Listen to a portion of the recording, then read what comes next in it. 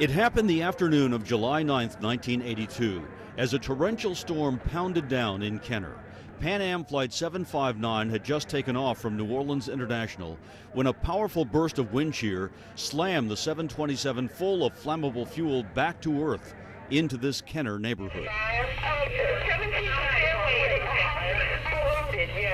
It was like a bomb had landed in the middle of our city and killed 154 people. 8 of those victims were people on the ground here in Kenner.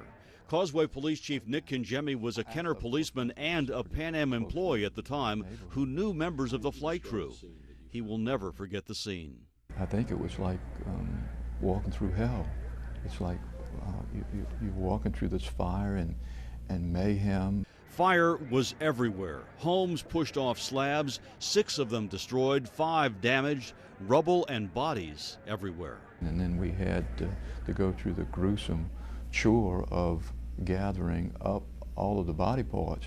30 years later, you're still feeling this. Oh yes, oh yes.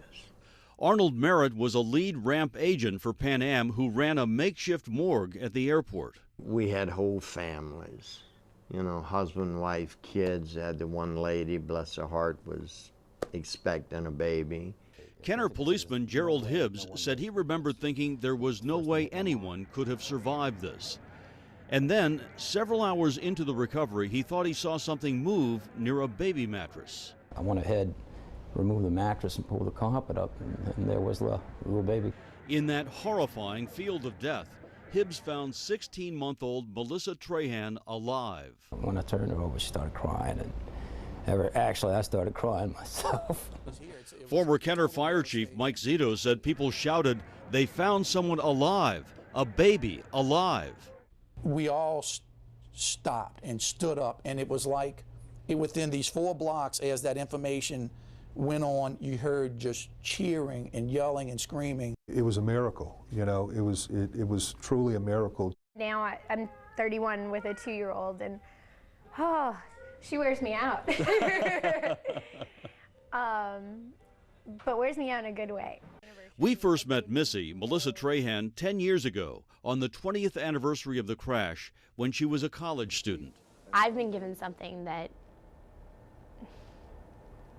nobody else has. I was given a second chance. But the crash took her 4-year-old sister and her mom, who people tell her was selfless and had a sweet spirit. Her spirit lives inside of me, and so does my sister's. Can I hold you? Today, Missy is a bright, happily married mom with a bachelor's degree, an MBA, and an uplifting place in a piece of Kenner history. When she meets people who remember the crash or who lost friends or loved ones, she says it's often emotional. You either get smiles, you get tears of joy. I got a lot of hugs. I get hugged a lot. But she says those moments are bittersweet. I'm hurt because they're hurting, because I can't take their pain away. I can't bring their family members back. I can't bring my mom back. I can't bring my sister back. The man who rescued her, Gerald Hibbs, has died since our interview 10 years ago. And Missy says she has a close, special relationship with her dad, who was at work when the crash took place, and also with her grandparents. It may have been 30 years ago, but to my family and so many other families, it affects us every day because it affected who we are, who we became. The crash left some people with psychological scars. You know, it's best to forget, but it just preys on your mind, you know, and just hope it never happens again.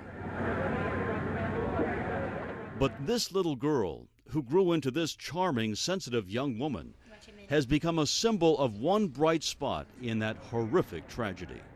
And when you're given something as wonderful as a second chance at life, you want to be able to pass that on in any way possible. So when the ultrasound showed she was going to have a daughter herself, she said she cried.